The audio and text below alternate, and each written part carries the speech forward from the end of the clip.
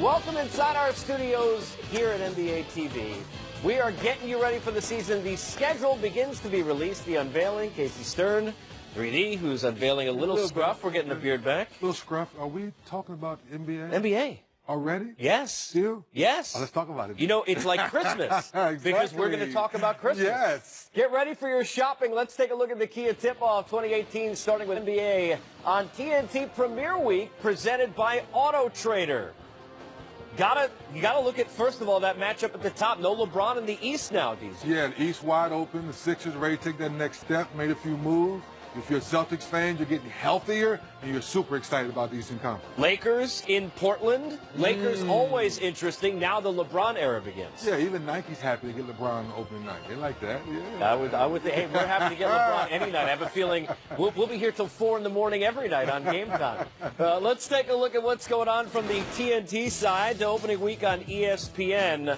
A lot of changes with the Rockets. We'll talk about that a little bit more later. But don't forget the Raptors are still in the East. And on Friday, they'll try and stake their claim still to that 1-seed possibility against the Celtics. That's going to be extremely exciting. How you talk about the Warriors, even the Jazz. Are the Jazz ready to improve? Donovan Mitchell, great rookie year now. What does he do in season 2? LeBron's home debut. More actual people or Hollywood stars in the crowd? Hollywood. The stars are coming out for that one. Rockets and Lakers on ESPN. Jeff Van Gundy will join us to talk about that in just a little bit. And we are busy here as well. Opening week on NBA TV, Saturday, October 20th. The Wiz. Last year, they'd like to forget it happened, get back on their feet. They're looking for bigger, better things. They got a bigger, better thing at center now with Dwight coming on board. That's right. Now, will he bring his A game like he showed us before would be the biggest thing with he and John Wall? Well, I'll tell you what, John Wall, we know where he'll be. He'll be at the point. For the Clippers, they've got from a new point guard to a new team. They still have, though, Doc telling us in Summer League he thinks this could be a playoff team this year. They're surprised. And the reason Doc feels that way, Casey, you're bringing back a lot of talent. Guys were hurt last year. Guys with new opportunity. To be very interesting for the Clippers. Well, it's always interesting when we get a chance to talk about the opening week schedule, and because we get a chance to talk about Christmas as well. Oh, well, you know, and we go shopping for some Christmas. Now, if you actually had plans on Christmas, you should cancel them, because you'll notice here on this list, ABC, 8 p.m., Golden State hosting LeBron and the Lakers. LeBron's met this team many times, but now we'll be on the road. That's twice in just a few days, nationally televised, Lakers and Warriors, this one in Golden State. Well, make sure you get the kids up early, open up your gifts, put the toys together, and get in front of your TV, because it's going to be a fun day of basketball. And it will be a fun day. Knicks, Bucks. Oh, come on now. Come on. You know I got to get Greek into freak. that. Yes, come on. Greek freak. JBG's going to join us a little. What do you mean Greek freak? Come on, Kevin Knox. All right, come on, Greek freak. Kevin Knox. The Kevin Knox show. And don't forget, speaking of shows, Donovan Mitchell, not going to come and surprise anybody now. 10:30 p.m. Eastern Time, closing out that slate of Christmas Day games on ESPN and on ABC. DZ, MLK Day. How about this one? Ooh. Look at the bottom. Can we get enough? Do you think we'll get to see the Warriors play the Lakers this year? Maybe a couple times. That's going to be must-see TV every time you look at the schedule.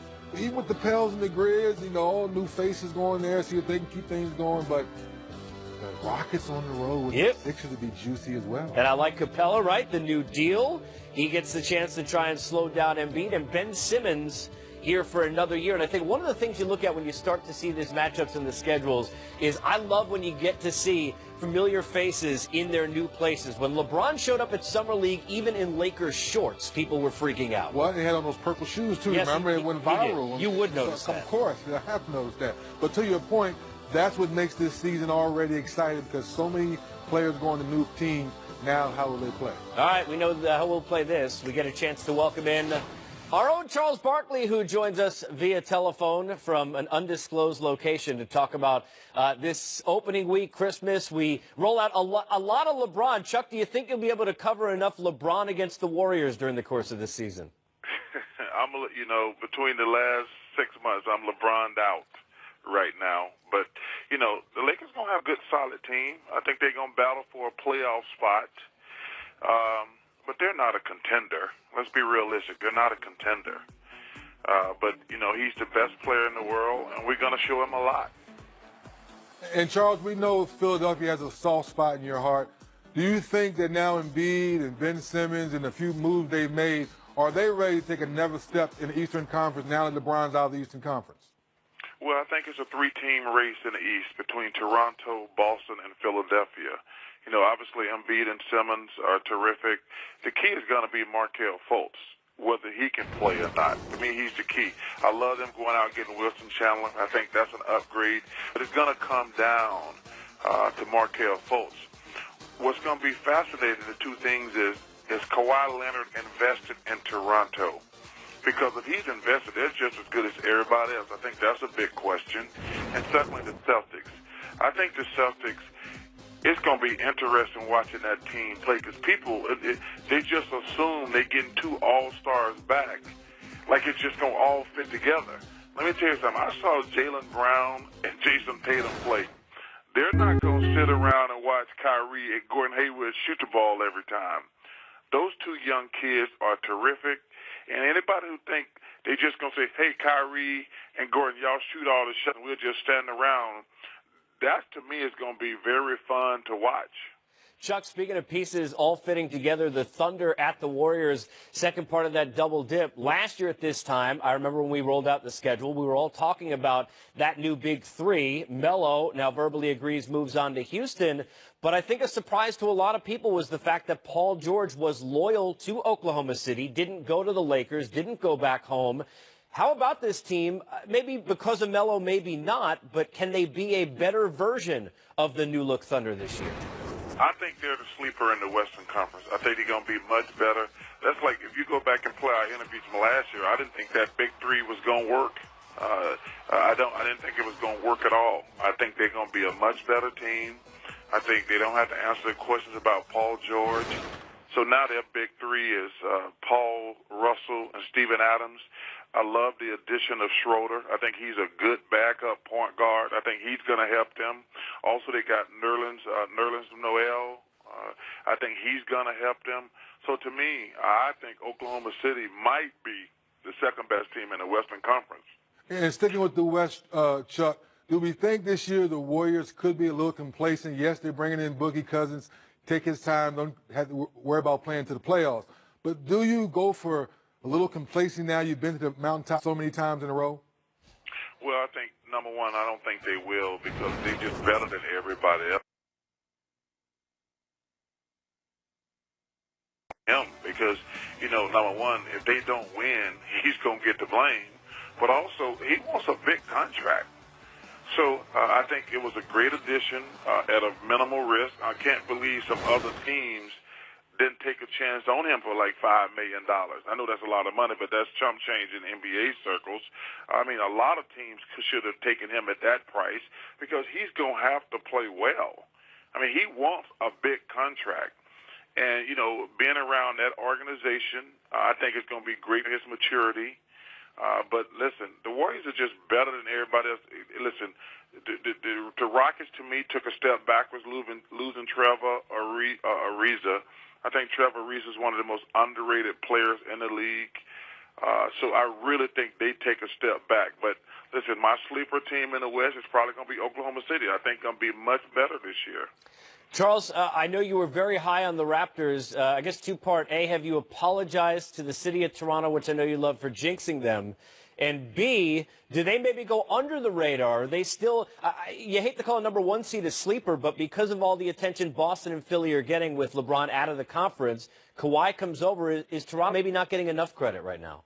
Well, everybody's going to automatically give the Celtics the number one seed in the Eastern Conference because, listen, first of all, they are loaded. But like I say, it ain't going to be easy to fit all those players together. But Toronto, to me, listen, I think that's they got a really good team. They had the best bench in the NBA last year. I think they're going to miss Jacob Poeltl because he was terrific. But getting Kawhi and Danny Green, I think they are better. But also, I think the Spurs are better. I think getting DeMar DeRozan and Poeltl, that to me is another team that's going to be a sleeper. You know, you plug in an all-star and a really good bench player to a team that made it to the playoffs last year. You know, Coach Popovich is going to want to prove something. So that team's going to be pretty good. I mean, the West is loaded. You've been hanging out with Shaq enough, Chuck, that you called him Jacob Podol? You mean Jakob Pertl? You know what I meant. You know what I meant, fool. We got you back, Chuck. We got you back, buddy. We got you. Who he play for? There we go. We're in summertime for him, Chuck. We're in summertime for him. Enjoy the rest of your summer, man. Good to catch up with you for a couple. We'll see you here in October, okay? Okay, my brother. Hey, man, you guys keep up the great work. You guys do a fantastic job. And also, Case, I see you haven't grown over the summer. I see you haven't shrunk in the summer. Bye, Chuck. Come on, it's summertime, guys. Behave. We're it's mid-season summertime. form. Here's Charles Barkley. Jeff Van Gundy will join us next and hopefully be a lot nicer. Certainly a lot slimmer. We continue on NBA TV, unveiling the schedule. Times, a couple of times within just a few days, and I'm sure many more times than that as we get to welcome in a part of ESPN's great coverage. Of course, on the call always there is Jeff Van Gundy.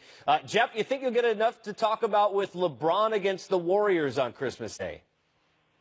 Yeah, I think we'll have beaten that subject to death far before Christmas Day, and then during Christmas Day, and then after. So, yeah, it should be a great Christmas.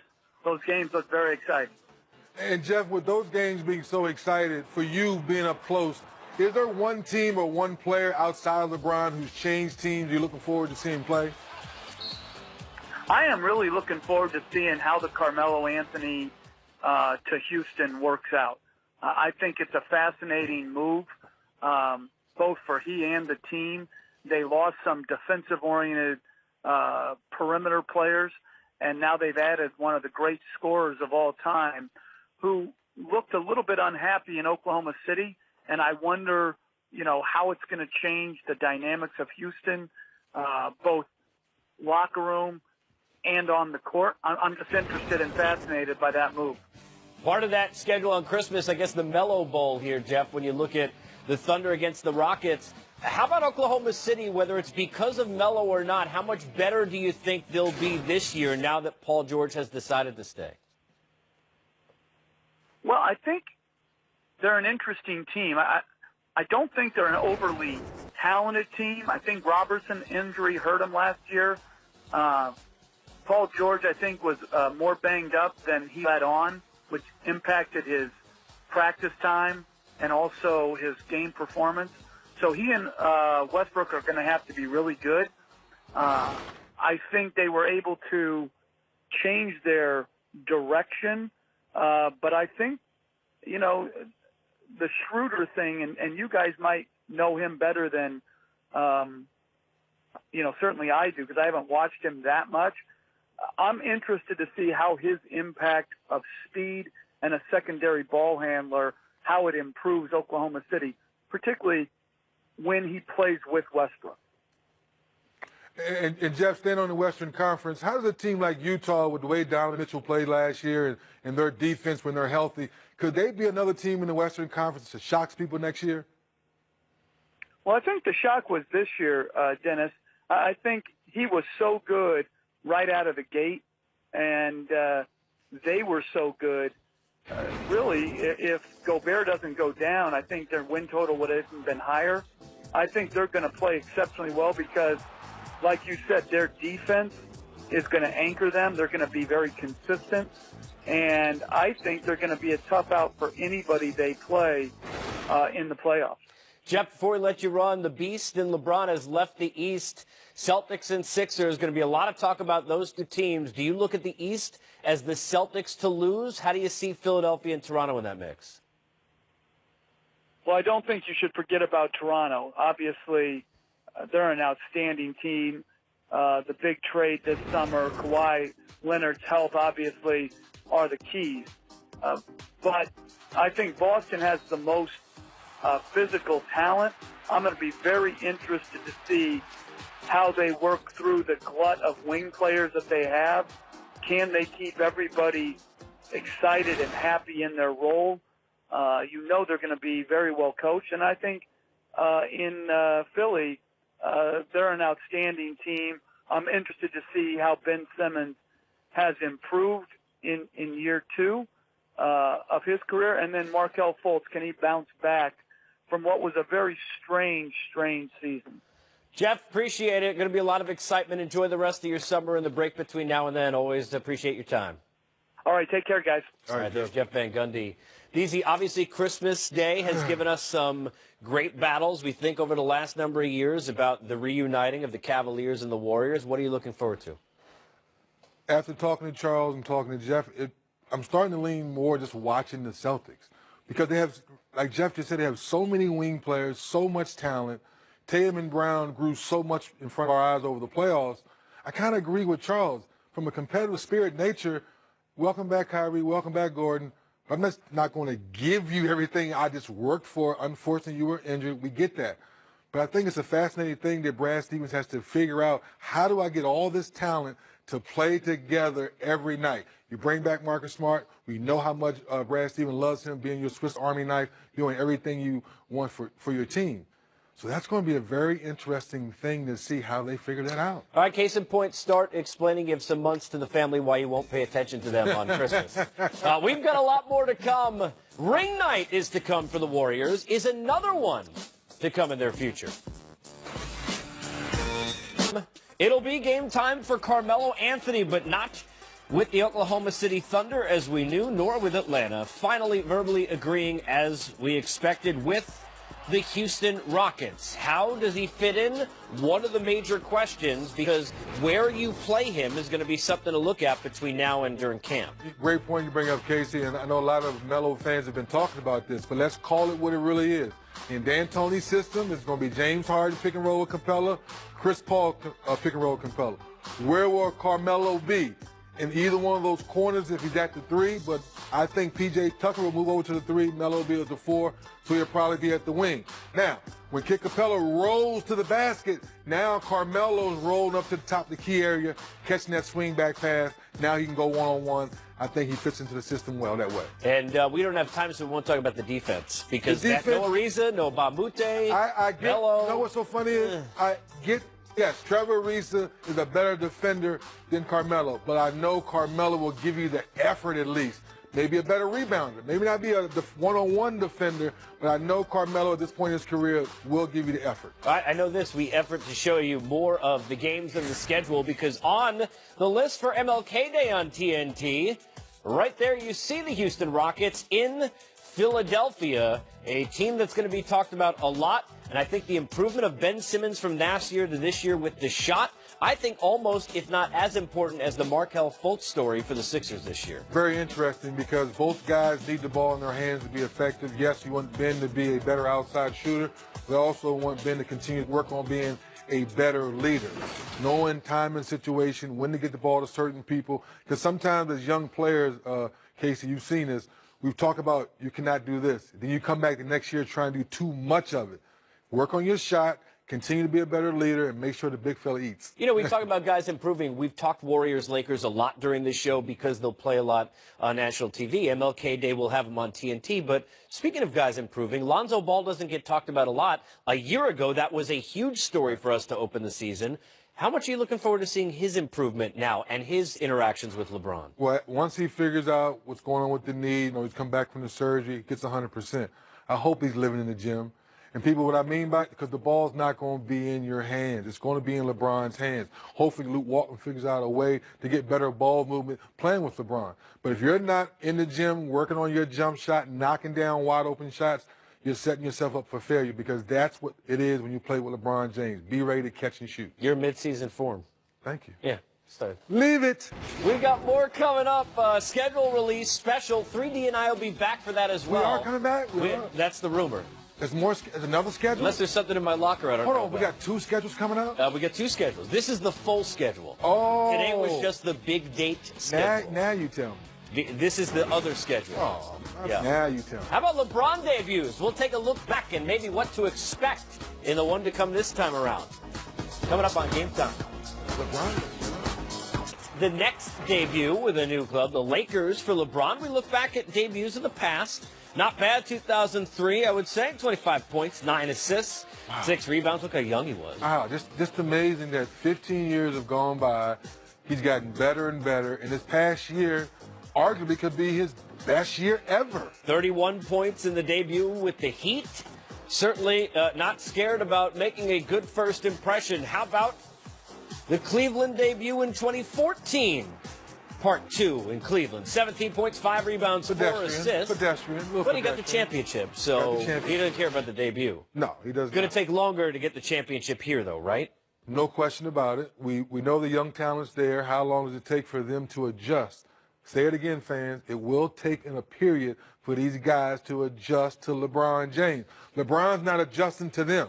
They have to adjust to him. And once they do that, along with Luke Walton, things will get better in Lakerland. You think Jack getting his outfits ready, knowing now that he's going to be back on national TV all the time? Like, go LeBron. Oh, boy. We'll be back on Friday to Sorry. unleash the rest of the schedule. We're hiding it in the back in an envelope. It's back there? Yeah, it's back there. We'll go see if I can find it. See ya. Bye, DZ.